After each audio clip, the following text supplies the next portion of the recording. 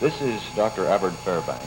He's a sculptor, and before this evening is over, this stick is going to be the basic part of a head.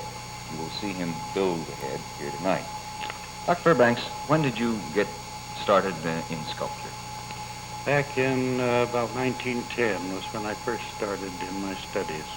In New York, I was given a scholarship at the Art Students League. How old were you then? I was 13 years of age. What are some of the work that you've done? I have done a good many of my studies of Lincoln. Lincoln has been a particular favorite, and since I did some very good work on him, naturally the commissions have continued to make a great number of monuments. I have made 5 monuments to Lincoln in the state of Illinois alone. 4 heads of him are in the Ford Theater where Lincoln was assassinated in Washington, D.C. They are in marble. And of course I have done a number of demonstrations of Lincoln with the making of heads, as you will see this being done today, not of Lincoln but of Washington. This is being done in the state of Washington, so naturally I feel it's appropriate to use the name Washington and bring his life to attention. What are some of the other statues that you have done? Here is one in which I'm very much interested, a statue of Christ. I have been asked to make a statue of Christ for Jerusalem, and that is one of the hopes that I shall be working on a little later. Here is one that I have done for the American Motherhood Association. This is given away every year to the American Mother of the Year. I'm also working on a group, the oldest couple, the oldest known living couple who have lived together for 81 years of married life. That is to be the central feature of a shrine to love and devotion, which will be in Fairview, Utah. I have also done the Marcus Whitman statue, which is in the Hall of Fame in Washington, D.C., or Statuary Hall in Washington. And this represents the state of Washington. And there are 2 other statues in that hall for other states, are there not, that you have done? The statue for Wyoming representing Esther Morris. That is in Statuary Hall, and also the representation of North Dakota in the character of the Honorable John Burke, Chief Justice of the Supreme Court of North Dakota and 3 times governor. Well, we'll be back and see you do a head of George Washington after this word. Sure. This is an opportunity, I feel, to give a demonstration as to how a sculptor works. First of all, I shall take off my coat and then get the clay from the bag. This is the clay. I shall roll up my sleeves now and pitch into the work.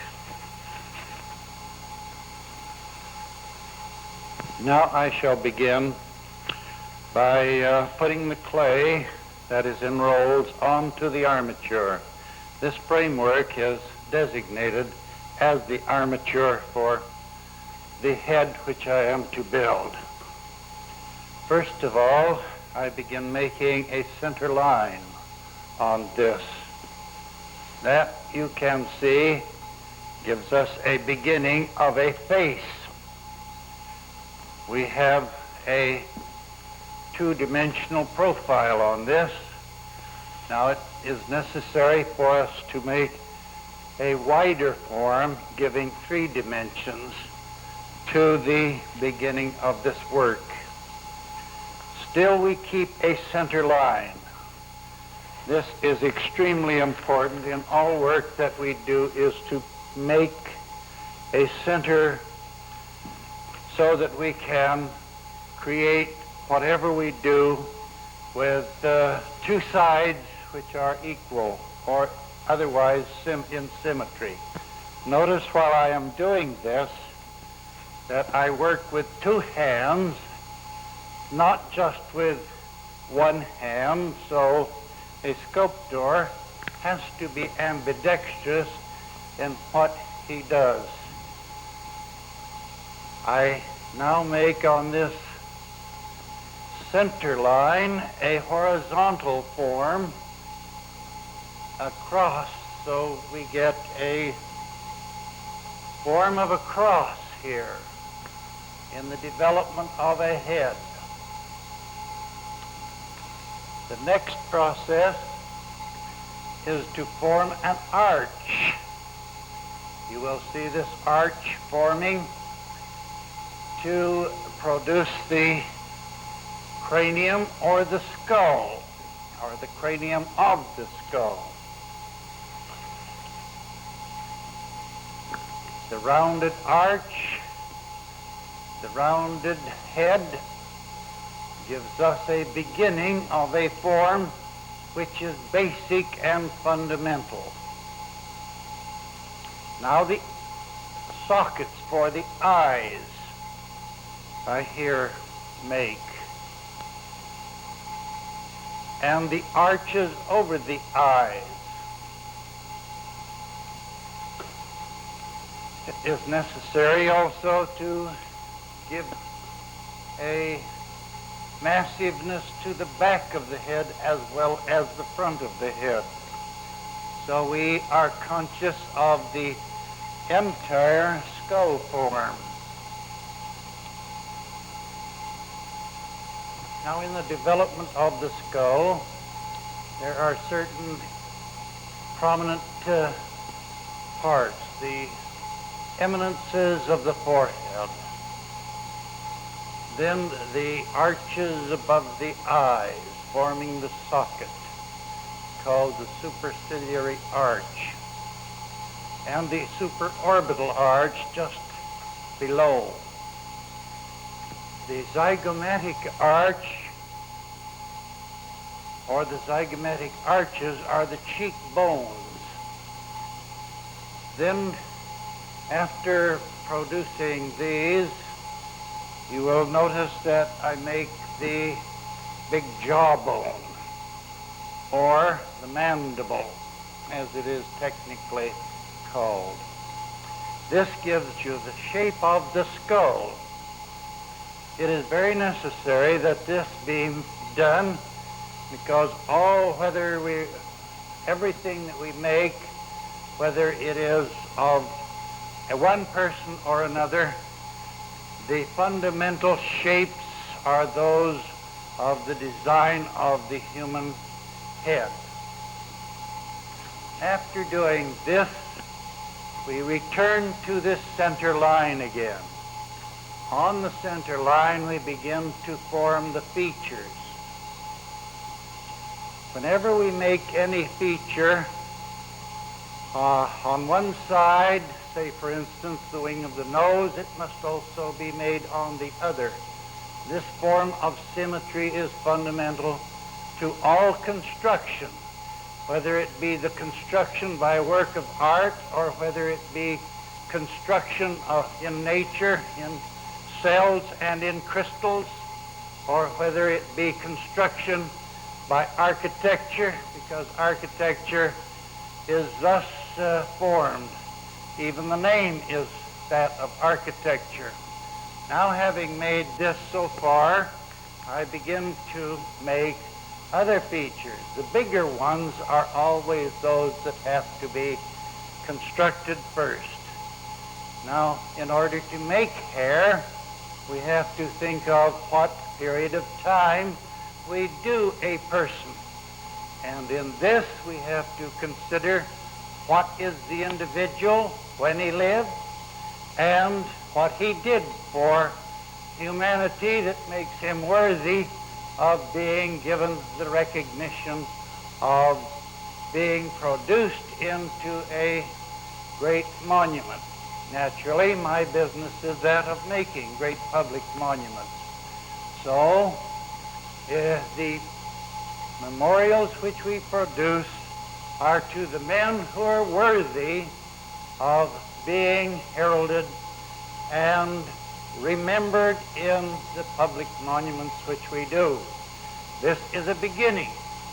It looks rather strange at the present time, but nevertheless the beginning is here.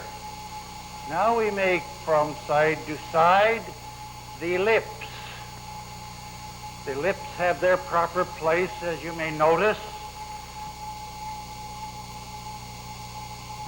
Now it is necessary to give him a backbone or vertebral column, and then the shoulders, and place these very large muscles out on the shoulders.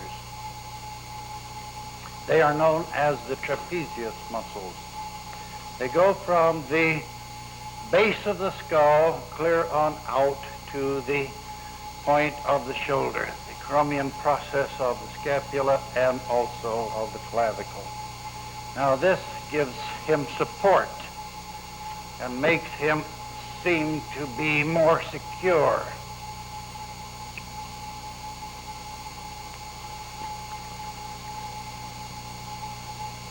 Now the large muscles that come down the side of the neck, the sternomastoid, which attach to the mastoid process and come downward and forward to the sternum, hence the name, the sternomastoid.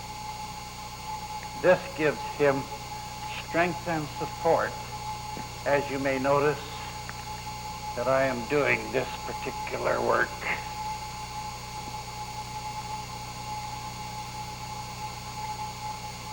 The next process now is to make the clavicle bones, or what is known commonly as the collarbones, and the very large sternum in front. These are very necessary before making the muscles of the chest, which are the great pectoralis major muscles.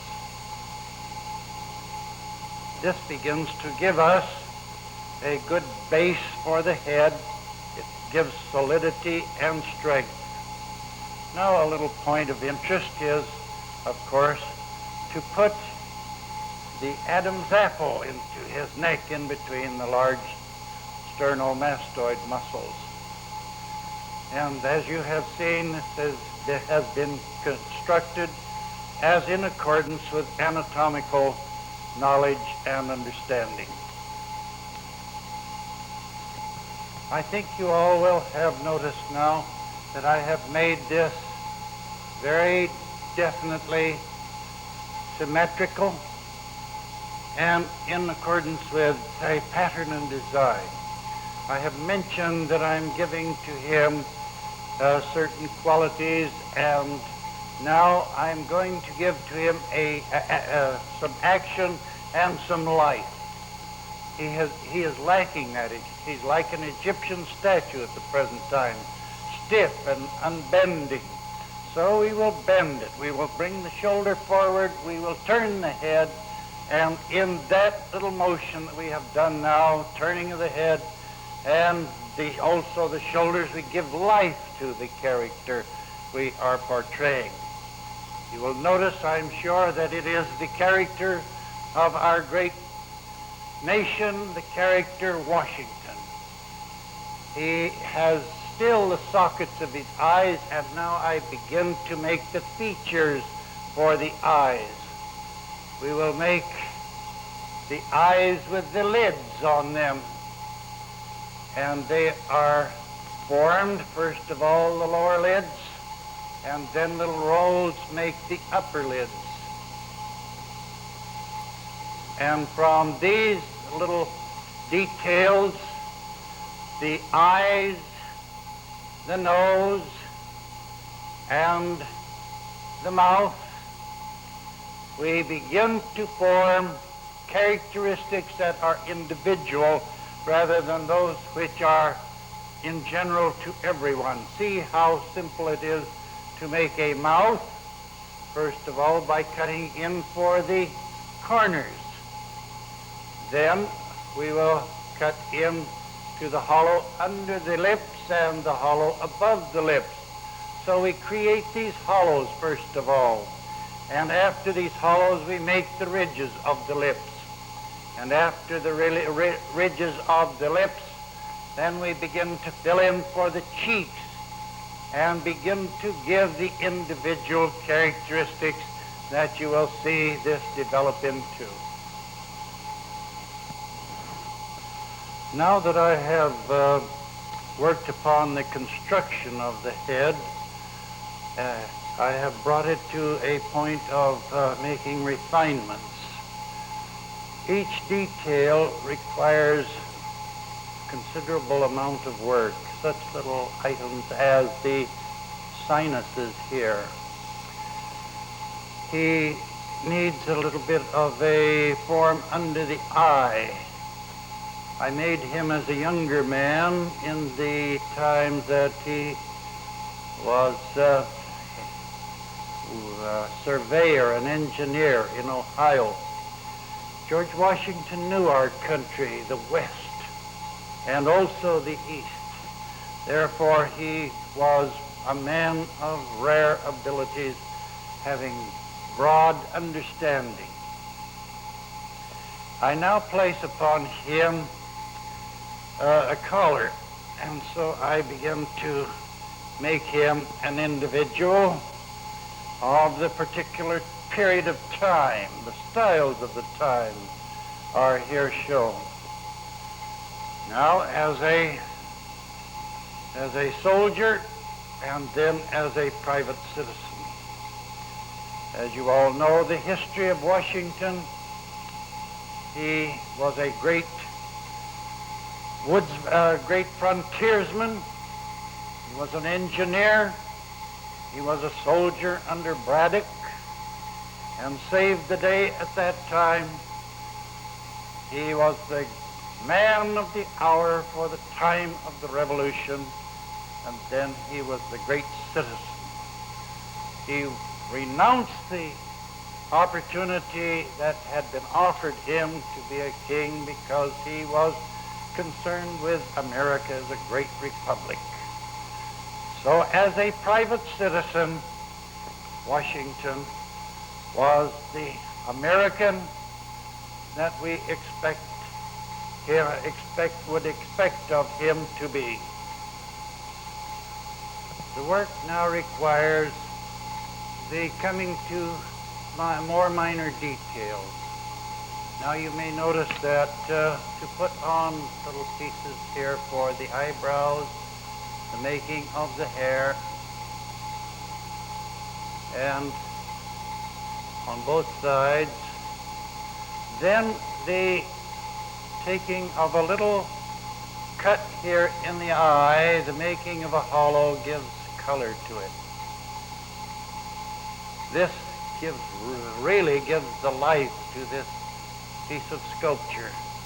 Now the hollow in the other eye. He is looking in a certain direction now to the side, as you may notice. And then a better form to the nostrils, and following that, a little more refinement to the lips. As you know, his lips were a little bit tight rather than large and open, quite in contrast to the lips of Abraham Lincoln, whose face I have made numerous times. A little marking for the ridge of the lips, and then at the very corner we take a little turn up to the end, and that gives the smile. Washington is a very pleasant character that he was during his many times of struggles and his times of discouragements. He could maintain a good composure. This would take much longer to complete, but time of necessity requires us to finish this, in its finish we must make it strong, not weak, but a character who could lead a nation to that which we expect of all of our leaders. So I now will come to a conclusion. This is a sketch at the present time. To finish it would take a little longer than I have here to do this. Now to give greater life to the character we are portraying, we add a little bit to the side of the eyes. The muscles which pull the eyes as well as the mouth give a smile. So we'll give some smile to the eyes. Along with this, there are also troubles, and so we make a furrowed brow. He has gone through many trials and many experiences, and in his life he has become the great leader that we all admire. To all people, and particularly I have in mind one boy, an American boy, who lived in a log cabin and who read the story of Washington's life, known as Weems' Life of Washington. This inspired him to so direct his life that it would be in an accord with that of Washington. And so you may know who I mean, Abraham Lincoln. It was the life of Washington that had a great influence over this character that caused him to think of the nation which he directed. The other young people may be so inspired from the life of Washington to so order and to so direct their lives. And also those who are in positions may have the opportunity to lead and direct our nation to a great destiny which was envisioned by Washington and the other leaders of our nation in its birth, and such as Abraham Lincoln and those who will follow have led it on into our national maturity. Dr. Fairbanks, it's sort of a relief to see at long last a Washington that is smiling. Do you do this frequently when you make a head of Washington? Yes, I try to get the character of the person and their spirit, a true spirit. You used a lot of medical terms when you were doing the basic work on the head. Did you have to take some anatomy in order to become a good sculptor? Well, this I did at the University of Michigan. At the time of the Depression, there were no monuments to make. There were none that were being commissioned. So something which had been in my mind for a good long time was to go directly into the medical school, which I did, and I gained a doctorate degree, a Doctor of Philosophy and Anatomy from the University of Michigan in its medical school. Thank you very much. Surely. I'd like to mention that the National Sculpture Society has granted Dr. Fairbanks the Herbert Adams Memorial Medal for distinguished services to American sculpture. He's internationally well known through the heroic monument of the great lawgiver Lycurgus, which was erected in Sparta, Greece in 1954. His Majesty King Paul of Greece personally gave Dr. Fairbanks the Knights of Thermopylae medal at the site of the ancient battlefield of Thermopylae. Dr. Fairbanks' major works in sculpture number around 50, including fountains and portrait busts of eminent persons. They number nearly 85. He is America's most distinguished contemporary sculptor, and it was a very great pleasure for us to have him here with us tonight. ない。 Good night.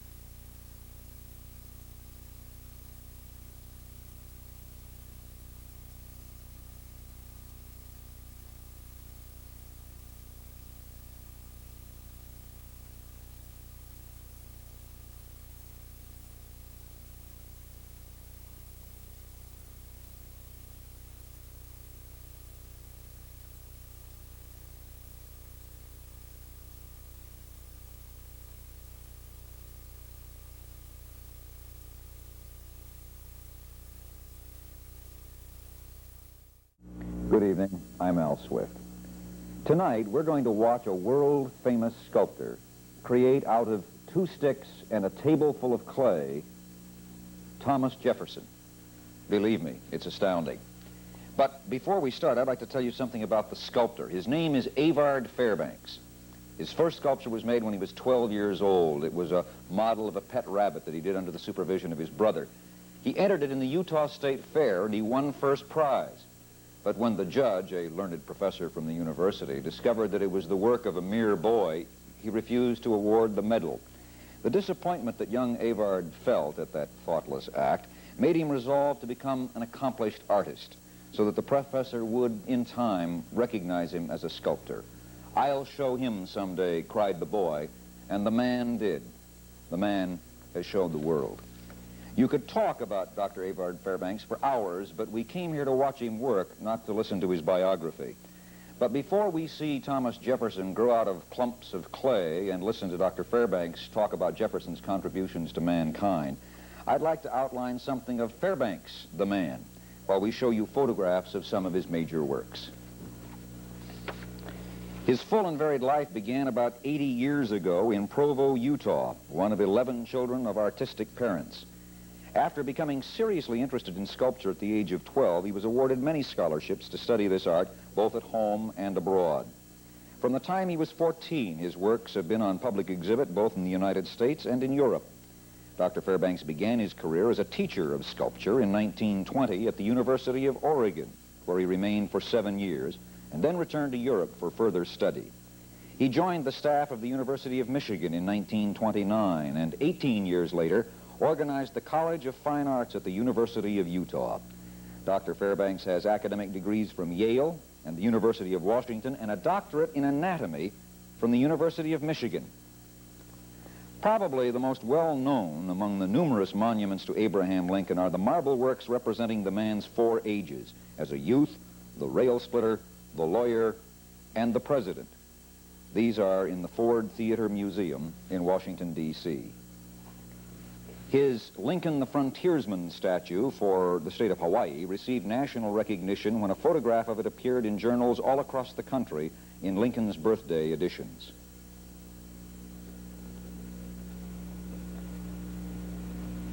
Three of Dr. Fairbanks' works have been placed in Statuary Hall in the U.S. Capitol in Washington, D.C. Esther Morris, pioneer in women's rights for the state of Wyoming. John Burke, 3 times governor and for many years Supreme Court Justice for the state of North Dakota. And Marcus Whitman, pioneer physician missionary in the Pacific Northwest for the state of Washington. Dr. Fairbanks believes that art, instead of being vague and occult, should be understandable to children, to the untutored, as well as to the most learned and technically trained. The way in which Dr. Fairbanks attempts to bring the influence of fine art to the public is through his demonstration lectures. And that's what we're going to watch and hear right now. Dr. Avard Fairbanks at work.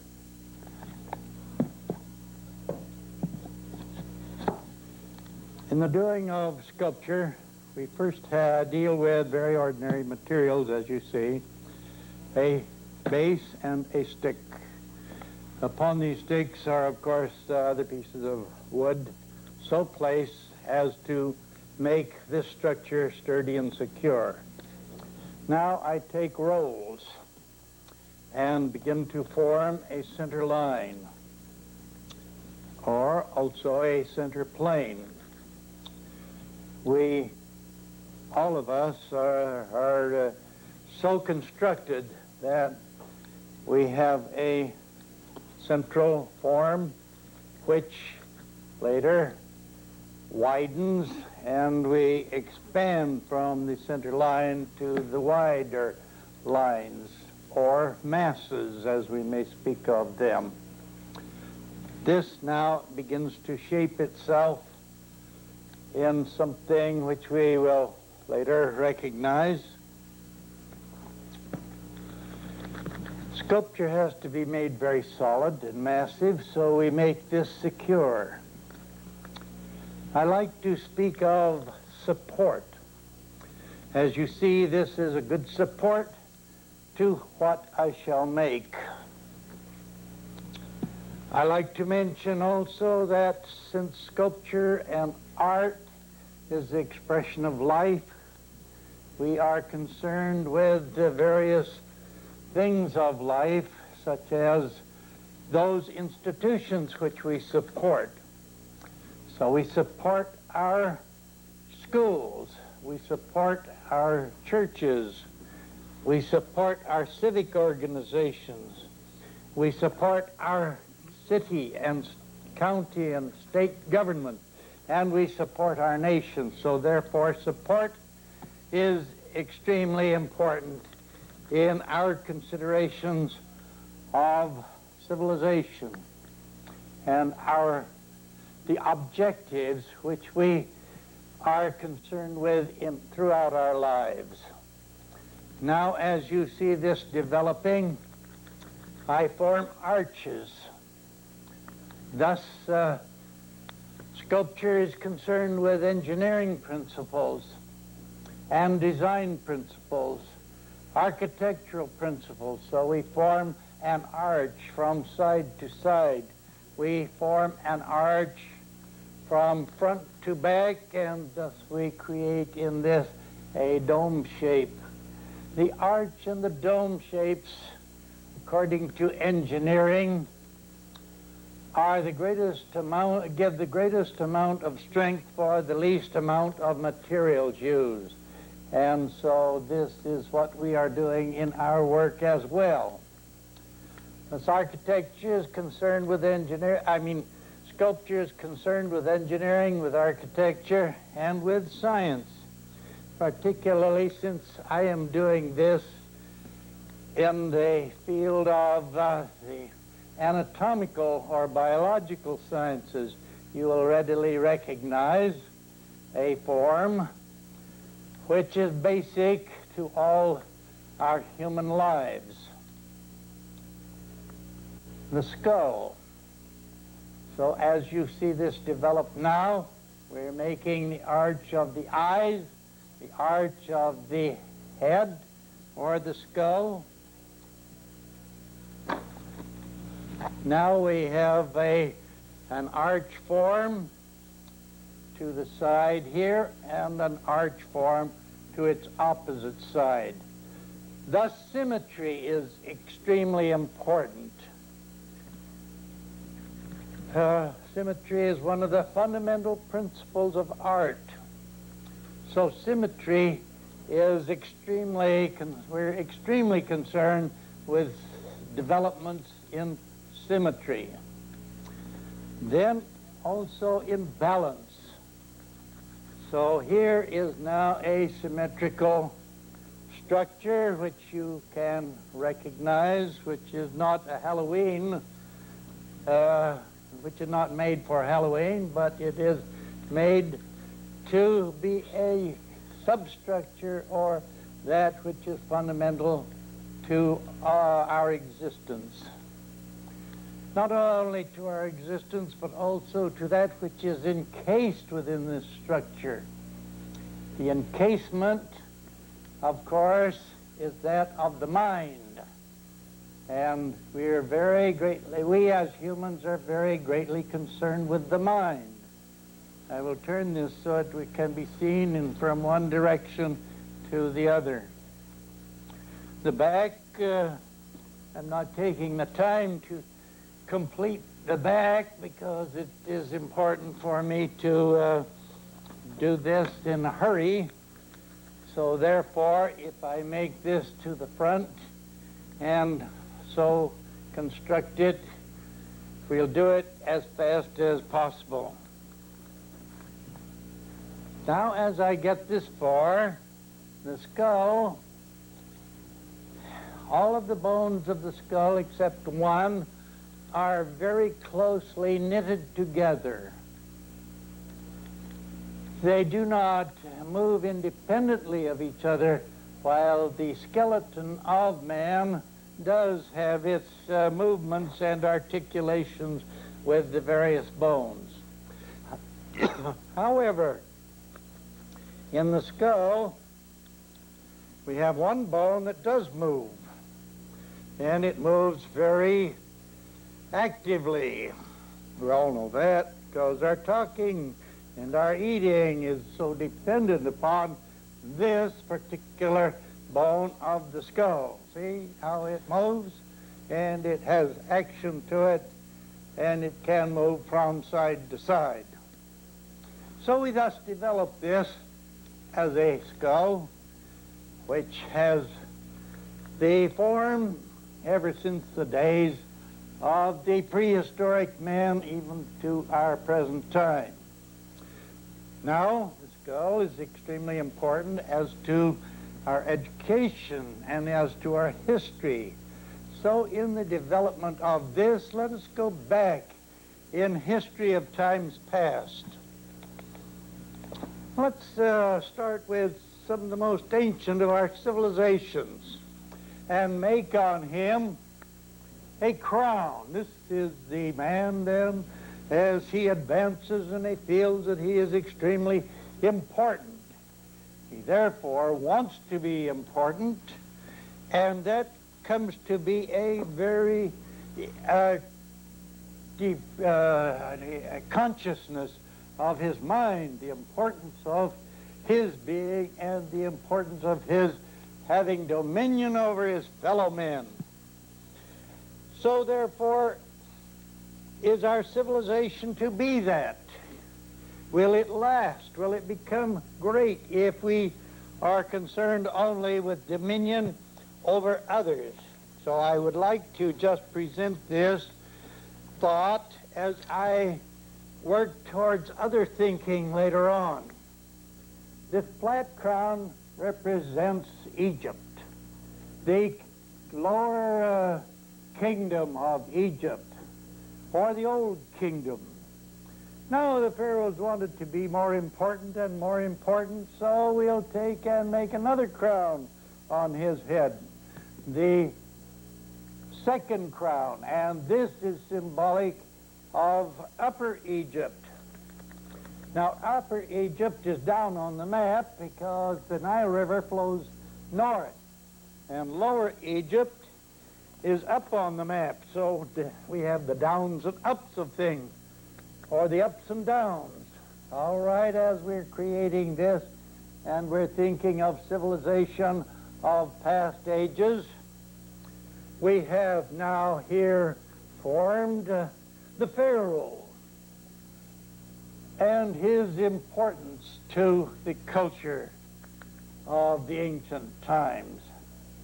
Something I like to present at this point is that the pharaoh, on his crown, the crown was not enough, so there is a little symbol that we make for this crown of the pharaoh. And this little symbol is something of an animal form that is found in Egypt and so forth, and this, as you know, is the cobra. That means death to anyone who might oppose the pharaoh. And so you will see on this the symbol of the type of power complex or power lusts and so on, which were characteristic of the ancient leaders. At this point now, I wish to bring forth a different type of civilization, but here let us think of, let's take this down. Let's take down the crown. Let's take off this crown, and this is the way Pharaoh looks today, as he is a mummy in the Cairo Museum. I've actually seen this mummy of Ramses the Great, the Pharaoh who opposed Moses and with whom Moses had so much contention. All right, now let us take and think of other civilizations as they have come on down through history. There have been those nations which have had power lusts and power complexes, and there have been other civilizations which have been concerned with the freedoms and with the individual. Particularly, I like to mention the Greek civilization because individualism and freedom of the individual was one of the great concepts of the Grecian civilization. And in fact, we do say that this was the foundation of our Western culture and our Western civilization, because the Greeks, they had constitutional government, they paid attention to the assemblies, and thus the Greeks were concerned with the individual. Here now, let's think of Pharaoh, and let's begin to make something else. But as I have made this of Pharaoh and so forth, let's begin to make a different shape. We'll put hair on this man's head. We'll make his nose a little better. And thus we begin to shape it according to a structure as we like to think of man having a good features. And so we will thus begin to form the features of this. While we are concerned with doing our work, such things as hair and such things as clothing and other items, we make them according to a certain time, a certain period. So let's think of this as a period of another civilization, and that's why I have made the early civilization as a contrast to civilization in which we are living at our present time. Well, I'm going to give a part to his hair there. And now I widen this out.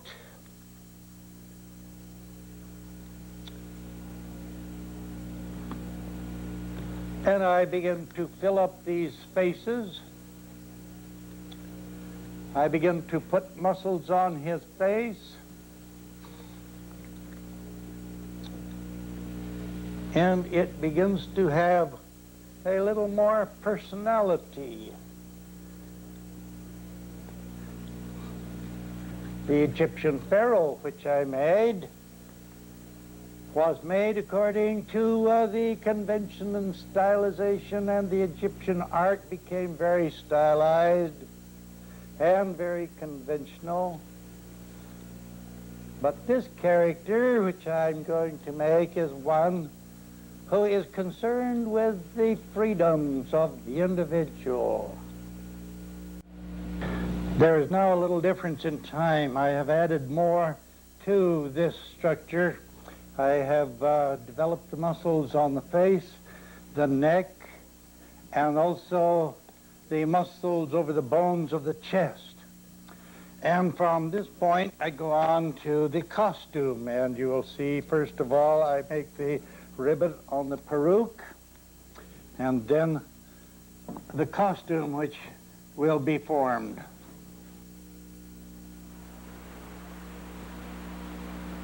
As we develop this further, we go towards the details. The same kind of method which we used in the beginning with rolls, we make in the details, such as the rolls for the eyes. And then we put the whites in the eye, too, and leave the hollow for the color. After this, we now proceed to other details, such as the mouth. And so we press up to make the upper lip ridge, and we press down to make the lower lip ridge, and we get this mouth in its forming. We make a hollow under the nose, then a hollow above the chin, and then a hollow at the corner of the mouth. And so these hollows help to give us the character.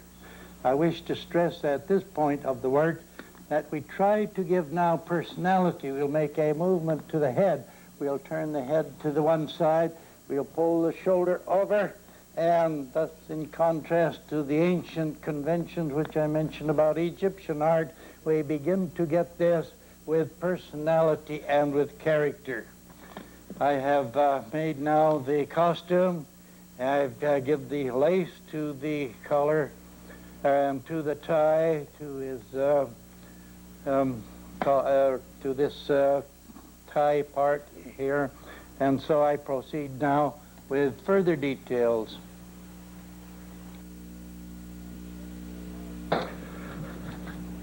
Jefferson was very greatly concerned with the various things which were happening prior to the Revolution and stirring events leading up to it. He became a member of the House of Burgesses. As you have heard of the famous speech of Patrick Henry, Jefferson was also a member of that same house. Jefferson was a member of the Continental Congress of '75, which issued his petition to King George.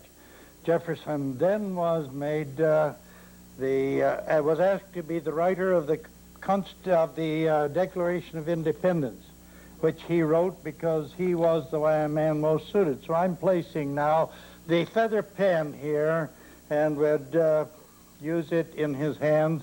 I would later complete this as a great statue, and now I'll make the hand here in a very rough sketch, as if he is writing the Constitution.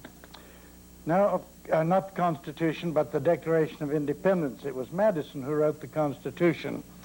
Now, Jefferson became the Secretary of State in the cabinet of George Washington later. Jefferson became the Vice President under Adams. Then he became the third President of the United States. He, at that time then, asked Madison to become his Secretary of State. It was Jefferson who, in 1803, who brought the whole Louisiana Territory into the possession of the United States through Monroe and Livingston, who were the envoys in Paris at the time. So our nation was added to by the Louisiana Purchase. And furthermore, to the Northwest, which is extremely important in our lives, he sent Lewis and Clark in 1805 to the Northwest to explore this country. And this was an expedition which really gave us the claim to the Northwest, Pacific Northwest, as well as he had given to us the Louisiana Purchase. So Jefferson has expanded our country, and we are particularly concerned with Jefferson and what he did for the expansion of our great nation. This is the bicentennial year, and also Jefferson, the 150th anniversary of Jefferson's death. So we honor Jefferson at this particular time, as it is the bicentennial year, and Jefferson was so prominent in our development of our nation and of our being a free country.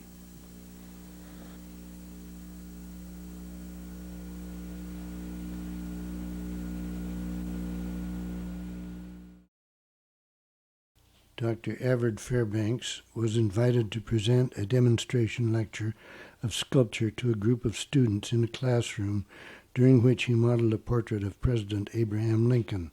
The presentation was filmed on 8mm color film, but unfortunately without a sound recording.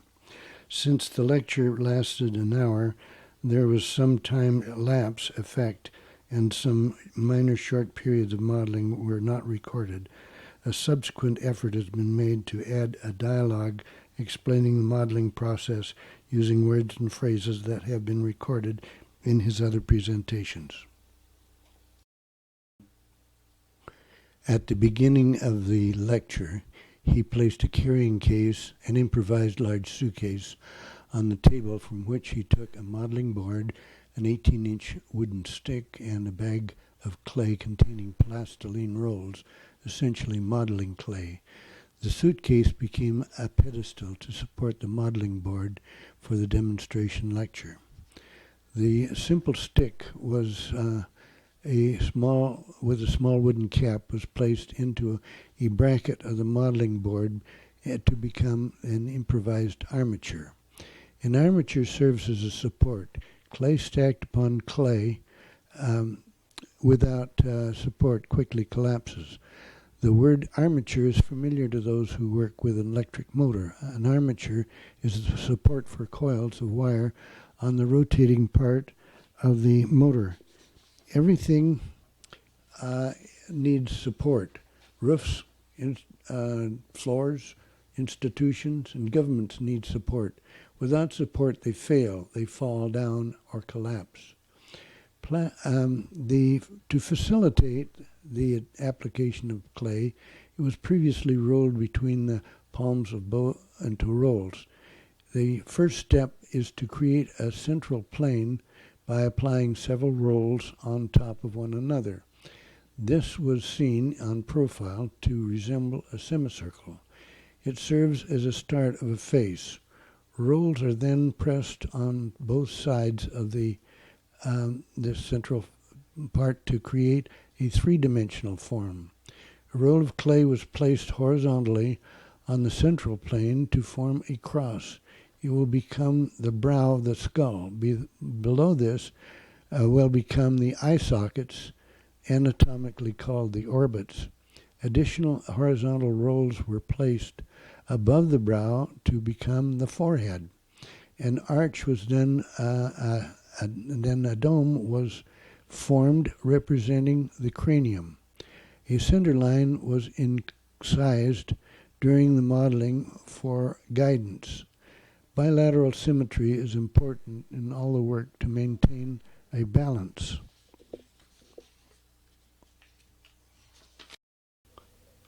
A roll of clay applied to the midline forms the beginning of a nose. Rolls of clay applied below and lateral to the eye sockets represent the cheekbones, named the maxilla and zygoma. As the portrait progresses, added rolls are needed on other parts of the head, so that modeling of the whole head progresses nearly simultaneously.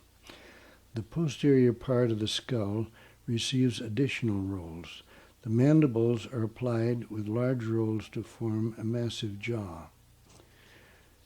When planning to create a portrait of an individual, considerable research is needed and is important so that it will represent the person not only in appearance, but also express his personality and life experiences. Abraham Lincoln was a tall, well-built, and muscular man. He stated that he was 6 feet 2 inches tall. His features, although coarse, were mellowed by his pleasant attitude.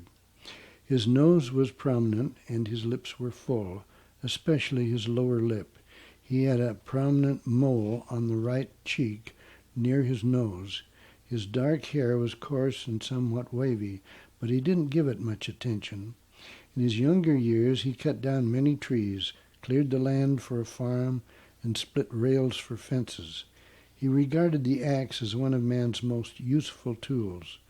He served as a grocery clerk, a postmaster, a surveyor, a soldier, a lawyer, and in politics was a state representative for many years. Although he had only a few weeks of schooling, he was an avid reader. He dedicated study, and he became a self-educated and well-accomplished person. There have been additional clay added to the face. During the preliminary modeling, the facial features are rough, but refinements are important. Small rolls of clay are added to the forehead and to the cheeks. Additional modeling and refinements of the nose is accomplished by gentle finger strokes and with the wire tool, loop of the tool. You notice that he uses a large tool but applies careful strokes. A novice or amateur may seek to use smaller tools and spend more time. Additional form is added to the jaw. By adding small rolls while modeling the brows, there is further refinement. More attention is then directed toward the orbits of the eye sockets. There is a continued addition of clay and refinement throughout the portrait's development. A curved line, an arc, will be drawn on one side of the head. It represents the temporal arch, outlining a nearly vertical plane on the side of the head that intersects the arc and of the dome and of the skull. Presently, the portrait appears stiff. We have tried to maintain symmetry, but there is a symmetry of action. You will notice that the diagram of the skeleton on the background that looks stiff as a poker. Another chalk diagram indicates motion and develops curves in the spine. An S-curve is noted in the vertebral column. You will also notice that one shoulder is higher and the pelvis is tilted down on the same side. The side of the high shoulder has a low hip. The side of the low shoulder has a high hip. The Egyptian statues were stiff, even though they were skillfully carved. Their style has been called the law of frontality. Egypt was a very powerful nation. The laws were strict, and the pharaohs were despots. They first wore a simple crown. Later, the crown had a tall headdress. This was a very rigid society. The Greeks, in contrast, developed a democracy and had more freedom. They promoted and enjoyed sports. Their statues demonstrated action and motion. The stance was informal, and it was called a contrapposto by the Italian artists of the Renaissance. The make-believe pharaoh's crown was removed, and the portrait head is turned just slightly to indicate action. A shock of hair is added, and the forehead details are refined. The cheeks have added clay and are improved with finger strokes. It is important to add hair to his scalp. Rather than indicating individual hairs, the hair is represented by locks, waves, and some curls. Additional rolls of clay are added to a preliminary representation here on the other side. The zygomatic arches of the lateral cheeks are enhanced by a roll of clay. His neck now needs attention. A roll is applied representing the larynx, or Adam's apple.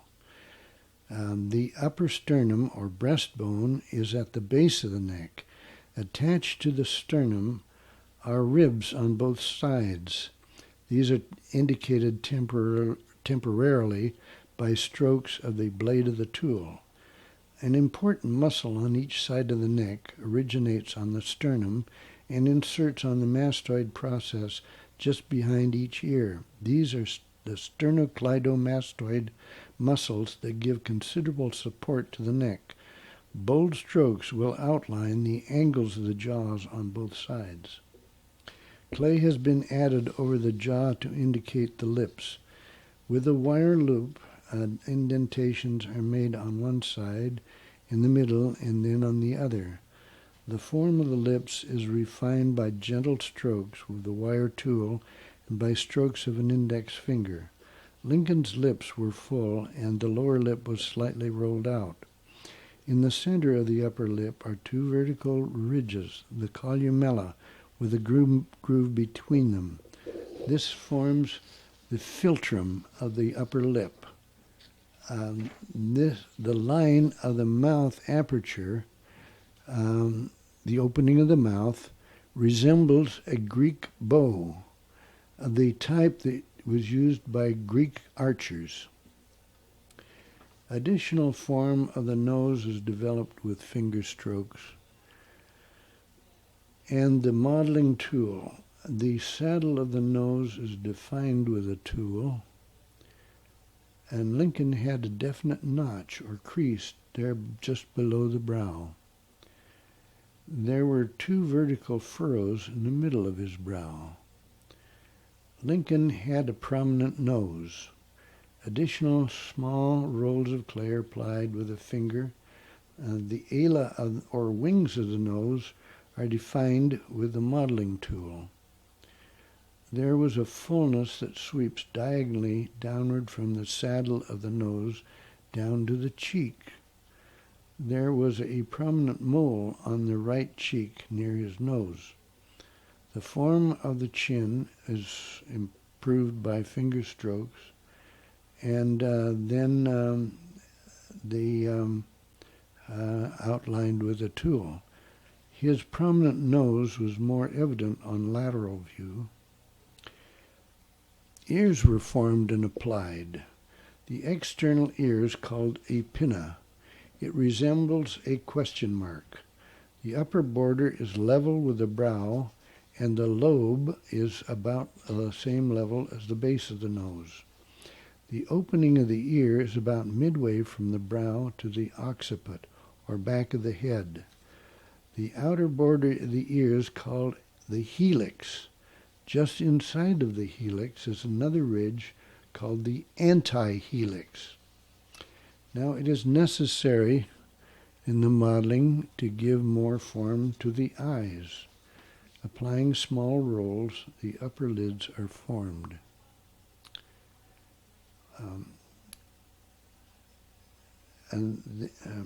Additional small rolls applied represent the lower lid. The form is refined by gentle strokes of the tool.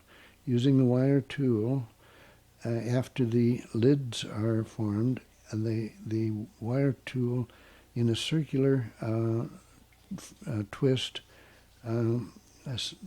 creates a circular excavation made representing the iris of an eye. A small bit of clay is left representing the light reflex of the pupil of the eye, giving more depth and increasing the realism. And as soon later, attention is directed toward the ear with specific attention to the lobule. Then progressive refinement of throughout the face continues.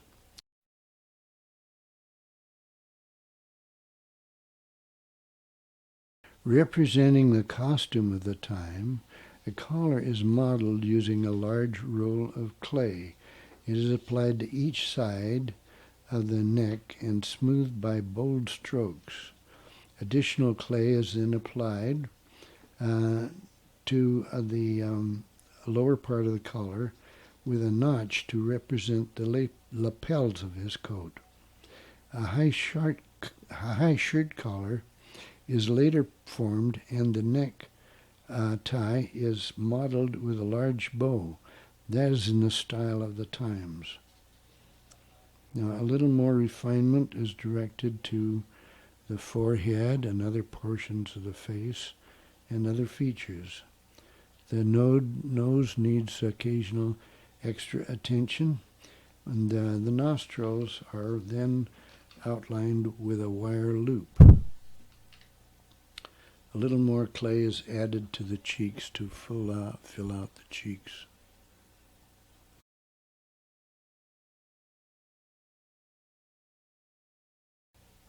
Additional refinement of the lips is made with fine strokes of the tool. There is a crease below the lower lip called the sublabial crease, and it is accentuated by a stroke with a wire loop of the tool. After more refinement of the nose, strokes of the wire loop of the tool is used to create the furrows in the brow. Lincoln had concerns for many problems, and the furrows in the brow indicate that he has had worries. Refinement of the ears include a better definition of the contours and including the lobule of the ear. Preliminary modeling of the coat collar and tie are followed by refinements with gentle strokes of the tool and improvement in the form of the bow tie. Rolls of clay are applied to his jaw to represent a beard. Bold strokes with the blade of the tool indicate clustered strands of whiskers. Progressive refinement develops with a wire tool using short, semicircular strokes in various directions. Abraham Lincoln was smooth-shaven until he received a letter from a young girl that encouraged him to develop a beard. She claimed that women liked beards and it would help him to be elected. He may have had some fascination with young people, and so he followed her advice. He let the beard grow during his campaign for election. He maintained a short beard throughout his presidency. Now, prior to that, most men were smooth-shaven. After his presidency, it became much more popular for men to have beards. This is a preliminary modeling of a portrait. To complete it would take considerably more time. Modeling clay is temporary and changes are easily made. Plastiline is a type of modeling clay that was made with a time-honored Italian formulation called plastilina. It contains a type of clay mixed with oil instead of water, actually suet and sulfur, so that it never dries out, but it remains pliant for many years. Clay is man's oldest plastic material. It has served mankind very well for many centuries, for art, for pottery, dishes, building materials like bricks, and industry as refractory materials that resist very high heat. Ceramic nose cones are used in ballistic missiles and in space vehicles. The semi-permanent status is achieved when sculpture is cast in plaster. Plaster is soft and brittle and is easily scratched. Before casting in plaster, a mold must be made. A mold is usually made of plaster or some pliable material. The plaster is then poured in the mold, and the plaster then, after the mold is removed, becomes a positive, an image of the original plastiline modeling. A permanent work of art is one that is cast in bronze or is carved in stone. These need very high technical skills, and the bronze casting requires very high heat, and it uses a mold very similar, and it is first cast as a positive in wax, and then the wax has a mold made around it, and the wax is melted out. This is called the lost wax process. Right. During the lecture, questions from the audience were answered. Fine details received attention during the last part of the lecture, and as he lectured, the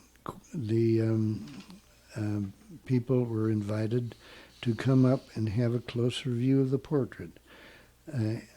This portrait was developed as they observed, and they were pleased to have a much closer view of the portrait that was developed during an hour of presentation.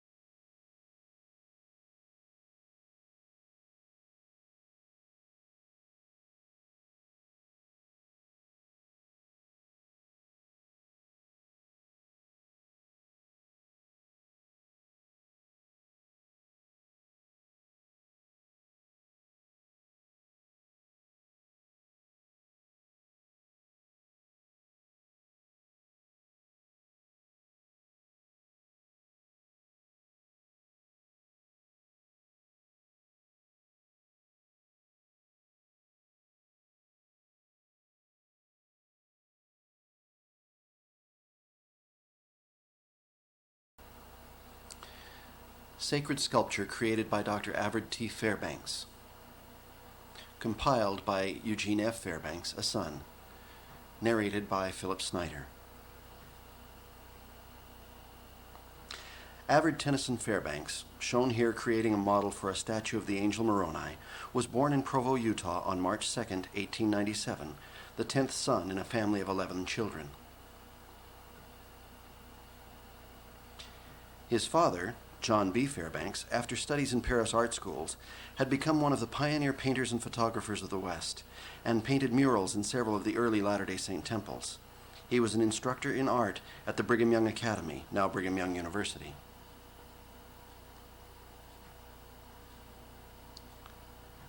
The mother of this large family, Lily Annetta Hewish Fairbanks, had intended to see that her children were well educated, but she died in 1898, several months after an unfortunate injury. This prevented her from seeing her hopes fulfilled. Avard was reared by his father, his older sister, and his brothers. His artistic ambitions were especially encouraged by his father, John Fairbanks, and his oldest brother, Leo. J. Leo Fairbanks, in addition to receiving his father's instruction, had also studied at the Paris art schools. The family operated an art and photography studio to supplement their income. Leo is seen here with the portrait camera, while brother Irvin watches.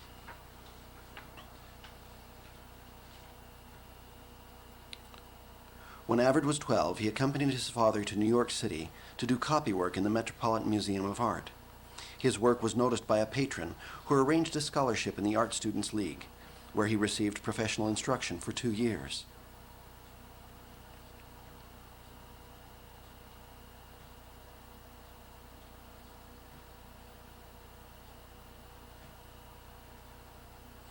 He sought further experience at the Bronx Zoo, modeling animal sculpture and receiving constructive criticism from some of the nation's finest animal sculptors. This photograph at the Bronx Zoo shows him modeling a lion named Prince.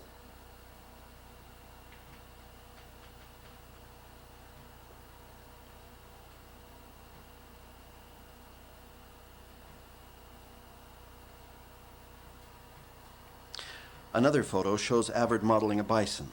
His father recognized the son's developing ability, and they returned to Salt Lake City to continue his education and arrange for studies in the Paris art schools. Together they sailed for Europe in 1913. Avard enrolled in École des Beaux-Arts and other schools where he gained considerable experience. The outbreak of World War I made necessary a hurried departure from Paris and a return to their home in Utah.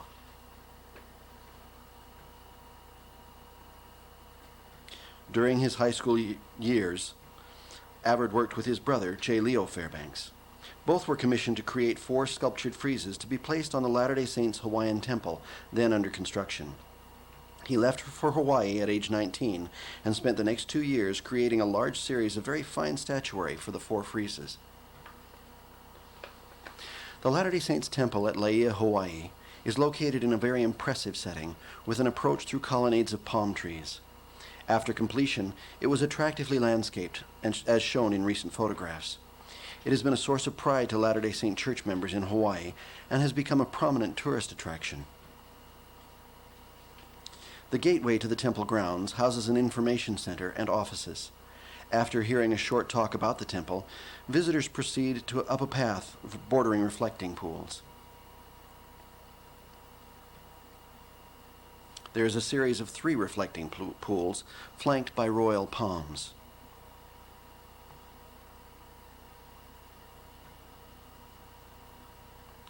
Gracing the uppermost pool is a sculpture in bold relief portraying and honoring Hawaiian motherhood. The figure of a mother holds a giant clamshell and pours out water, symbolic of love for her precious children. Much has been written about motherhood, but the sculptor has caught a mood and action beyond verbal description.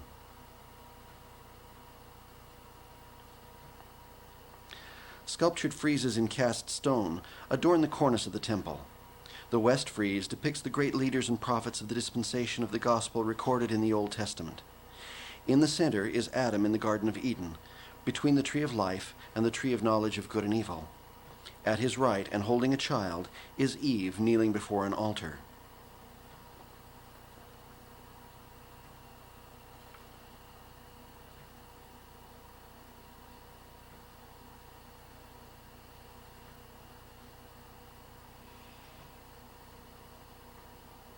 The south frieze portrays persons and events prominent in the New Testament, including Christ as the central figure. At his far right are Joseph and Mary and a shepherd. Andrew and Simon are leaving their boats to become fishers of men. John the Baptist is calling the faithful to repent. To Jesus' right are James and John, and to his left is Peter with a sword drawn, yet restrained by Jesus. Other characters portrayed are a Roman soldier, Paul, Cornelius, Silas, and others from the era following Christ's ministry.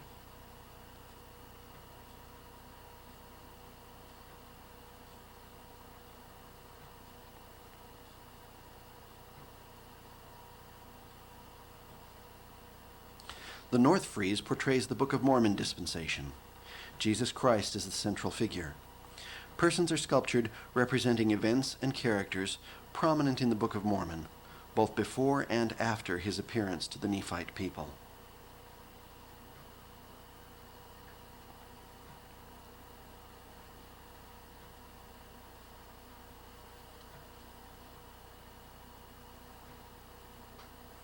The East frieze represents the present or Latter-day Saint dispensation of the Gospel as described in Holy Scriptures as the dispensation of the fullness of times. The central group portrays Joseph Smith as a youth kneeling in supplication. As an answer to his prayer, he received a vision. The central venerable figure is pointing to another, saying, "This is my beloved Son, hear him." Other figures followed.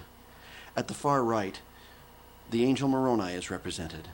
Other figures represent persons, activities, and the exercise of principles of the Church of Jesus Christ of Latter-day Saints. In the four friezes, there are 116 sculptured figures.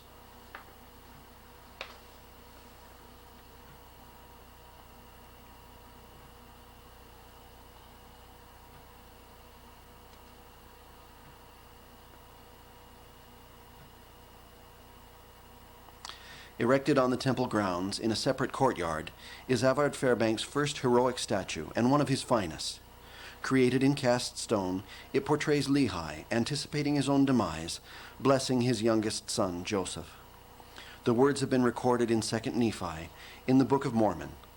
Among other things, he promised that Joseph's seed shall not be destroyed. The baptismal font of the Hawaiian temple, as with other Latter-day Saint temples, is mounted on the backs of 12 oxen, symbolic of the 12 tribes of Israel. Rather than having oxen in a static pose, a group of 3 oxen were modeled, each in different lifelike poses, rendering some animation. Flexible molds were used, and 4 sets of these 3 oxen were cast in concrete. Between the groups were 3 clusters of reeds, and 1 cluster separated each ox from the next, giving the feeling of a natural setting. Temple fonts are used for proxy baptisms for the dead. Evidence is recorded that early Christian churches performed baptism for the dead. Paul, in an epistle, wrote, "Else what should they do which are baptized for the dead, if the dead rise not at all? Why then are they baptized for the dead?"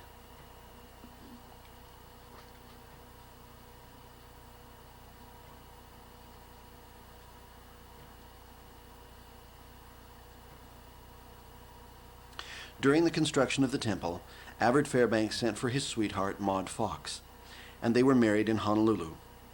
During the curing of concrete, there was a week of freedom from work. For a honeymoon, they boarded an inter-island steamer at Honolulu and visited the island of Hawaii and toured the island, stopping at the crater of Kilauea.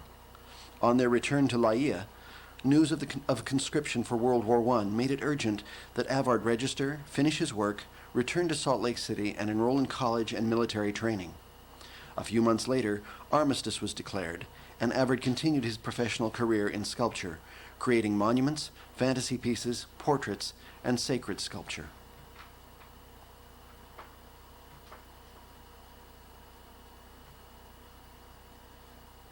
Joseph Smith, a youth in a frontier American village in the early 1800s, was troubled by the movement of religious zeal which was storming the populace.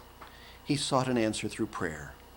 The sculpture shows him kneeling, looking hopefully up into the heavens, a moment prior to the manifestation of heavenly beings.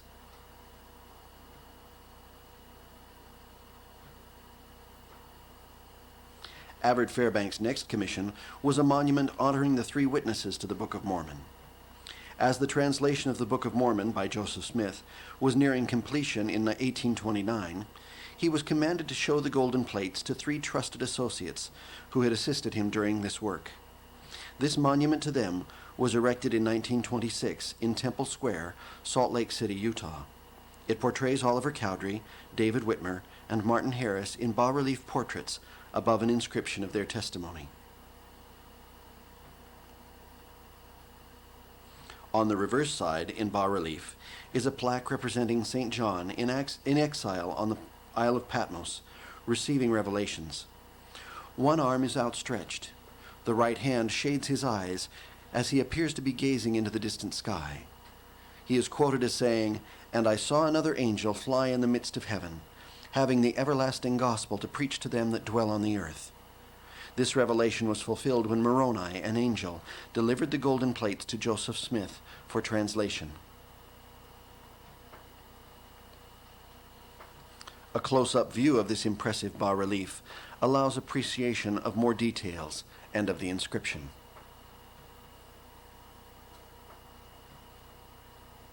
At a later time, Avard Fairbanks was commissioned to create a series of 6 medals commemorating Joseph Smith and his life work. The obverse of the first medal shows Joseph Smith as a youth studying the Bible, where he came on a passage in the New Testament, "If any of you lack wisdom, let him ask of God."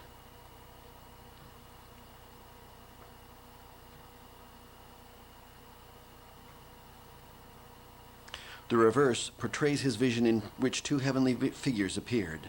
One indicates the other and says, "This is my beloved Son. Hear him." The second medal portrays, in another vision, Angel Moroni entrusting the golden plates of ancient records to Joseph Smith. The reverse depicts Joseph Smith taking the golden plates of the Book of Mormon from the hill Cumorah so that he could translate them into English.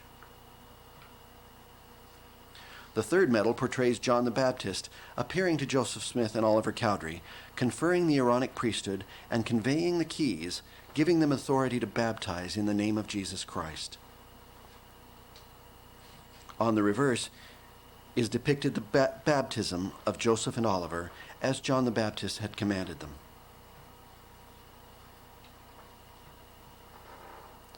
The fourth medal represents the restoration of the Melchizedek priesthood and shows Peter, James, and John, original apostles of Jesus Christ, conferring the keys of the holy priesthood on Joseph Smith by the laying on of hands.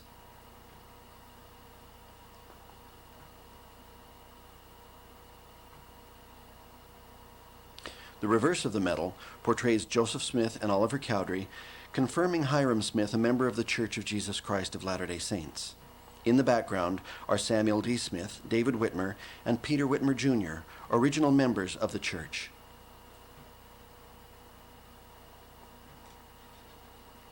The fifth medal, the Latter-day Prophet, portrays a dynamic and fearless young man inspired of God. In his hands are the Holy Bible, the Book of Mormon, the Doctrine and Covenants, and the Pearl of Great Price. On the reverse, one sees Joseph Smith as a prophet, seer, and revelator at a podium as he exhorts the faithful to follow the teachings of Jesus Christ. In the background is the Latter-day Saint Temple in Nauvoo, Illinois.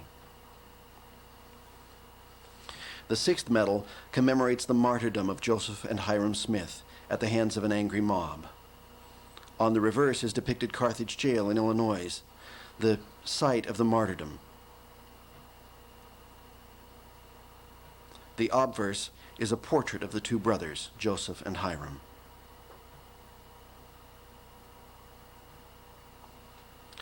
The restoration of the Aaronic priesthood monument in heroic bronze was erected at Temple Square in Salt Lake City, Utah, to commemorate that event.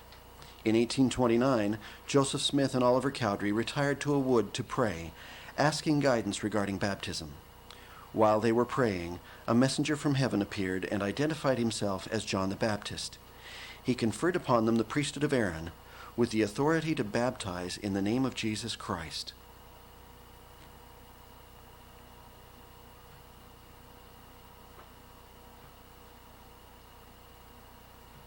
A companion piece, the restoration of the Melchizedek priesthood, monument, cast in heroic bronze, commemorates another heavenly manifestation to Joseph Smith and Oliver Cowdery. Peter, James, and John appeared and conferred on them the priesthood of Melchizedek.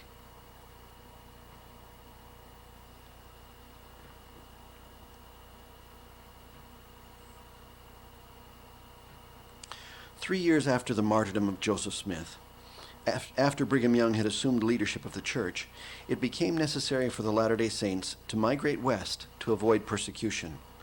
A portrait of Brigham Young as a leader of the Latter-day Exodus was carved life-size in marble. A companion portrait of Moses, the leader of the ancient Exodus, was also carved life-size in marble. Near Omaha, Nebraska, the Latter-day Saint pioneers established winter quarters. A monument has been erected there in a city park, designating the site of one of the camps of Israel, and stating that the Pioneer Mormon Cemetery is 1/3 mile to the west on a hill overlooking the Missouri River. More than 600 people were buried there, victims of privation and harsh living conditions.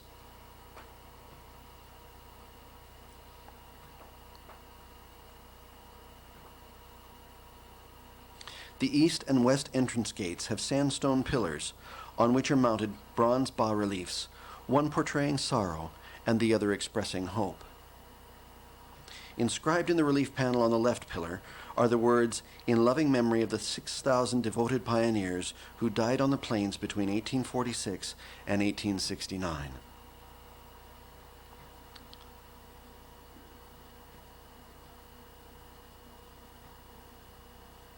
Inscribed in the other relief, portraying hope, is, "I am the resurrection and the life. This mortal body is raised to an immortal body. The dead shall hear the voice of the Son of God, and they that hear shall live."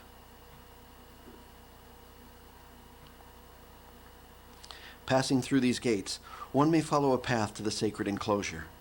Prominent in the sacred enclosure is the heroic statue, "The Tragedy at Winter Quarters."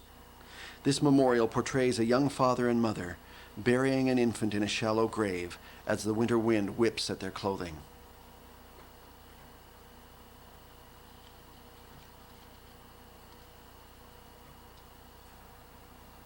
The old and the young were particularly vulnerable to illness when exposed to the harsh conditions.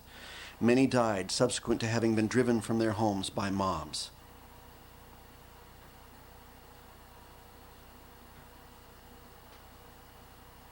Avard Fairbanks' grandfather buried his first son on the prairie. He also buried his father and his wife's mother and father at the Pioneer Mormon Cemetery.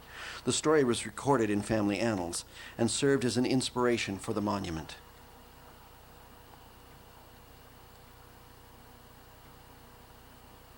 In the foreground is a bas-relief panel about 19 feet wide, honoring those who were buried there. Over 400 names are inscribed on the bronze panel. Details are more apparent in another photograph. Radiant beams diverge from this person and continue radiating in the concrete to the borders of the sacred enclosure. The central figure is a concept of a heavenly being offering resurrection to the faithful. Flanking the path about the enclosure are embedded bronze plaques with poetic and scriptural phrases, reassuring the viewer that the works continue and that death is but a step in the overall plan of eternal progression.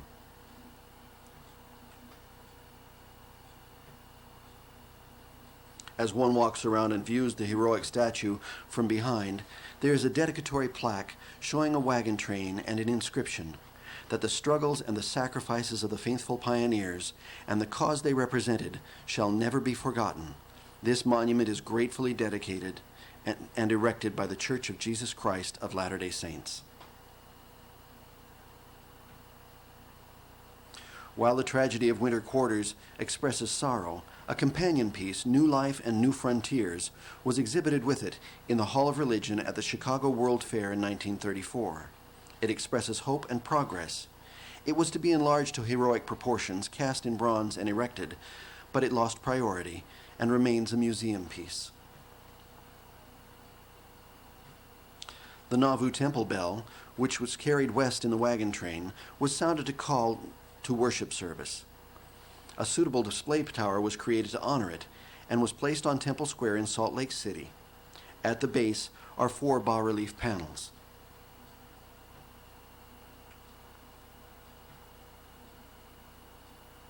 One panel honors pioneers, showing a family leaving Nauvoo during the harsh winter evacuation from their cherished city, following their wagon after crossing the frozen Missouri River to Iowa. It honors the capacity of the Latter-day Saints to overcome adversity in life. The panel titled Benevolence portrays the Relief Society, a women's organization, as it exerts maternal assistance and guidance from infancy to old age, seeking to help each other and especially those in need. The star in the background is symbolic of the doctrine of love, manifest by Christ's teachings.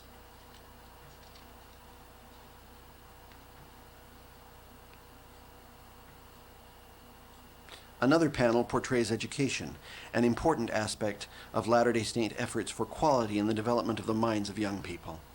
In the background are figures representing science, arts, and religion. In the foreground is a teacher with an open book, offering information to a young girl. Seated is a mother holding 4 books, the Holy Bible, the Book of Mormon, the Doctrine and Covenants, and the Pearl of Great Price. An old man dressed in ancient robes seems to give admonition, and in the upper center is a dove, symbolic of the Holy Spirit. The legend reads, "The glory of God is intelligence."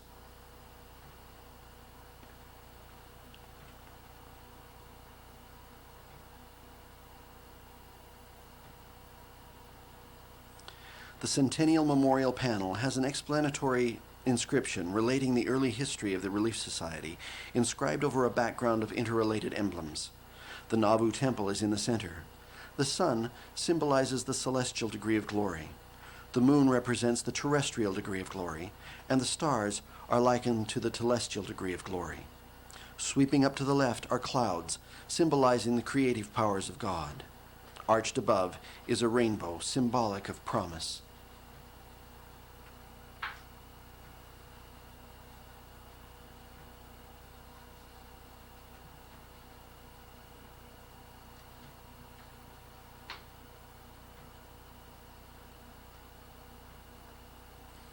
Avard Fairbanks' talent was not confined to sculpture. He created beautiful drawings prior to developing a monument. His hobbies included oil painting and watercolors. He welcomed the opportunity to create a stained glass window for the Daughters of the Utah Pioneers Museum.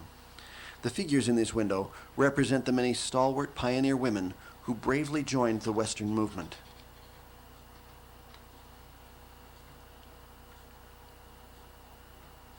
A monument to the first Sunday school in Utah was erected at the corner of 3rd South and 1st West, Salt Lake City, the site of a small Sunday school held in a log cabin. It portrays Richard Ballantyne, who felt the young people would benefit from an organized program and voluntarily started teaching them. It was a small beginning for a great continuing effort of sacred instruction.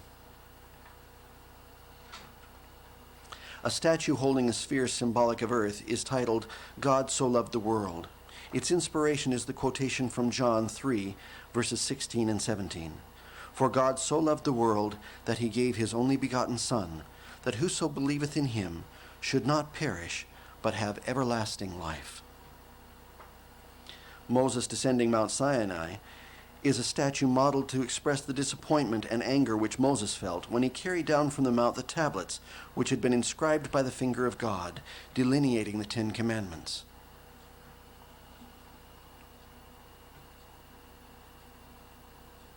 When he saw that the children of Israel had turned to idolatry and were worshiping a golden calf, he cast down the tablets of stone and broke them.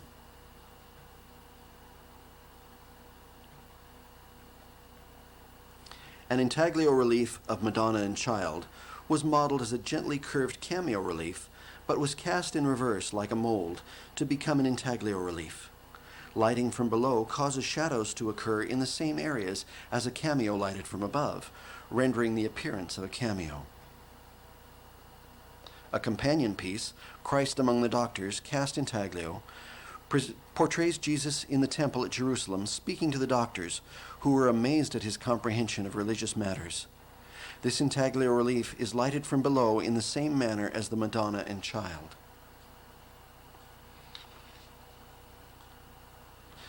The Madonna and Child was carved life-size in Portuguese marble, in bold relief, with a background in colored marble.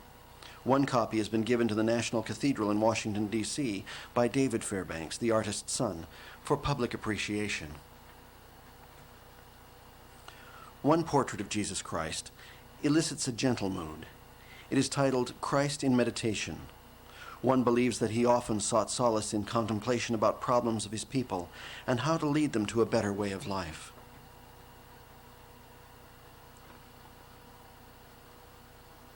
Another portrait expresses a similar mood. It is titled Christ in Compassion. The Savior often expressed his concern and extended his love to mankind throughout his ministry. He needed to exercise compassion when he dealt with his people and teach them a gentle and forgiving attitude.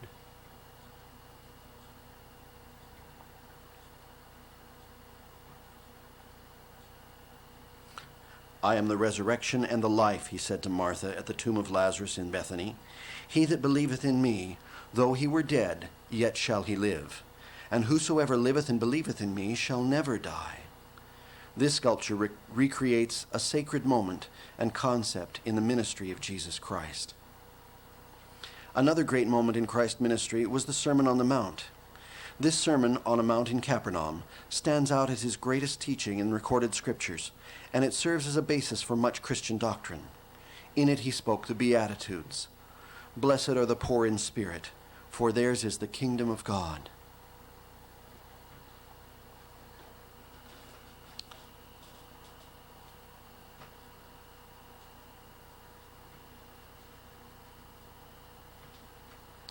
A colossal 4 times life-size portrait was modeled in anticipation that it would become the plaster cast image for carving the upper part of a proposed colossal marble monument to be placed on the Mount of Olives in Jerusalem. Considerable interest developed in this project, but when conflict occurred between Israel and the Muslim nations of the region, the opportunity was lost. Mortal Moroni is memorialized in a heroic bronze statue. It was photographed close up at the bronze foundry. It portrays Moroni as he wandered, a fugitive, following the last battle of the Nephites and Lamanites. In his hands he holds the golden plates which were entrusted to him until he could complete his writings and conceal them in the hill Cumorah. The monument was later erected in an impressive setting and dedicated at the temple grounds of the Latter-day Saint Temple in Manti, Utah.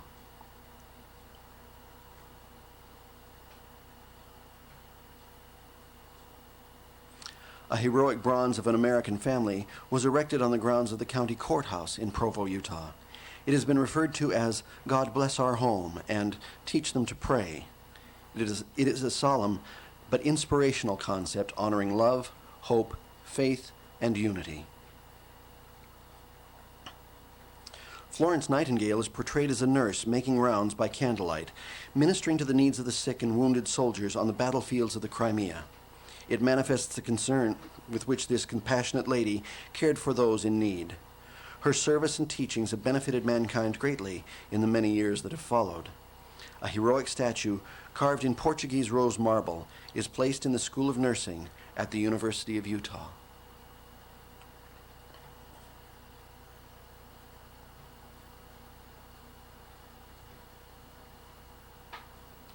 A monument was erected in Spanish Fork, Utah, honoring Padres Dominguez and Escalante, 2 friars who sought to spread Christianity and develop a trail to connect the Santa Fe mission with those in California. Their expedition in 1776, the year of the Declaration of Independence, proceeded as far as Utah Lake, but the explorers decided to return to the Santa Fe mission as autumn was approaching, rather than attempt to cross high mountains in the west.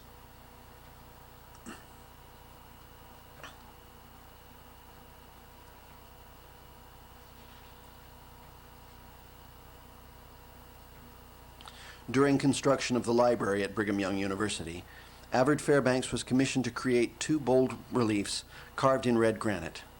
Both portray monuments in the Book of Mormon. The first shows Lehi and Nephi and the Tree of Life.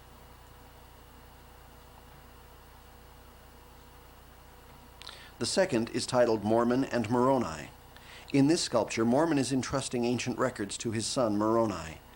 These two stylized reliefs are placed on each side of the main entrance of the library.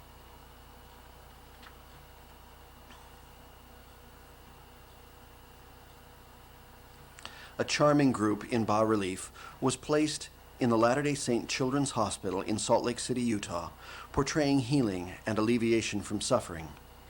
Behind the boy are figures showing Christ ministering to the sick, both among people mentioned in the Book of Mormon and those in Palestine.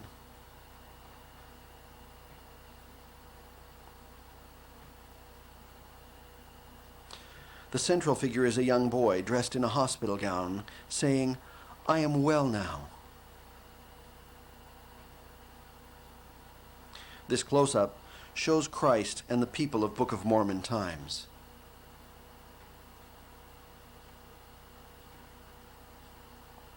Another photo shows people receiving his blessings during his ministry in Palestine.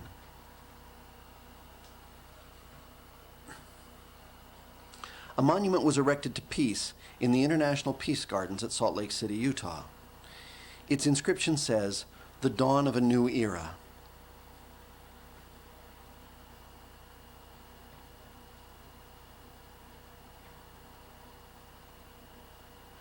The central figure, a young woman, symbolically holds a world sphere in the right hand and the torch of knowledge in the left hand.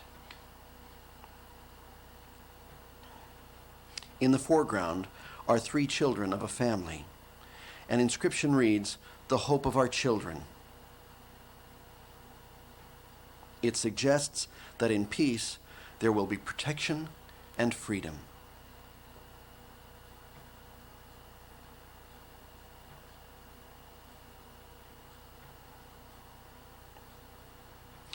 The colossal bronze statue of Angel Moroni, finished in gold leaf for the Washington, D.C. temple, is shown with Avard T. Fairbanks prior to its placement on the foremost spire.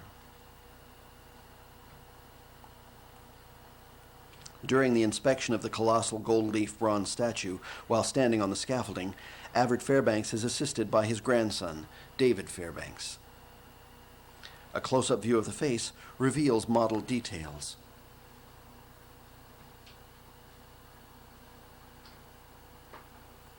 An eye bolt was placed in a threaded hole in the head, and the statue was hoisted aloft by a crane, guided by men in a protective cage. It was hoisted high enough for a stainless steel shaft to slip into a slot in the tower. The statue was placed as the temple neared completion.